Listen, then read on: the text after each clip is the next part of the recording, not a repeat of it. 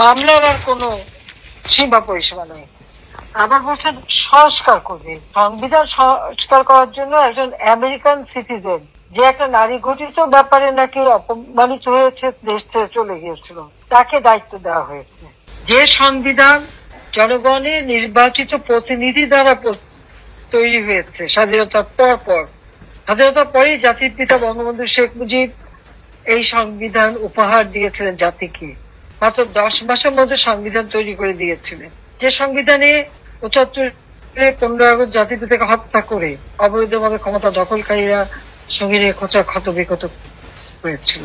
উচ্চ আদালতের রায়ে এই মার্শাল দিয়ে ক্ষমতা দখলকে অবৈধ ঘোষণা করার পরে আমরা সেই রায়ের ভিত্তিতেই এই সংবিধানকে আবার সেই 72 সালের সংবিধান পুনঃপ্রতিষ্ঠা করি।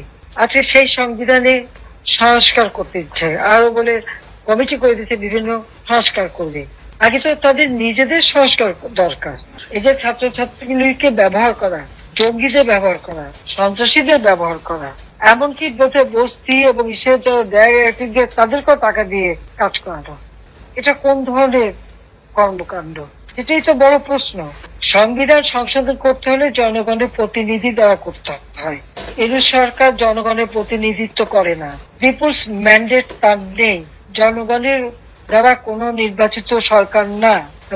যে সরকারের কাছে আমাদের সংবিধানে সেই সরকারে যাবার কোন পদ্ধতিই নাই, কাজে তার ক্ষমতা দখল হচ্ছে সম্পূর্ণ অবৈধ, অসাংবিধানিক।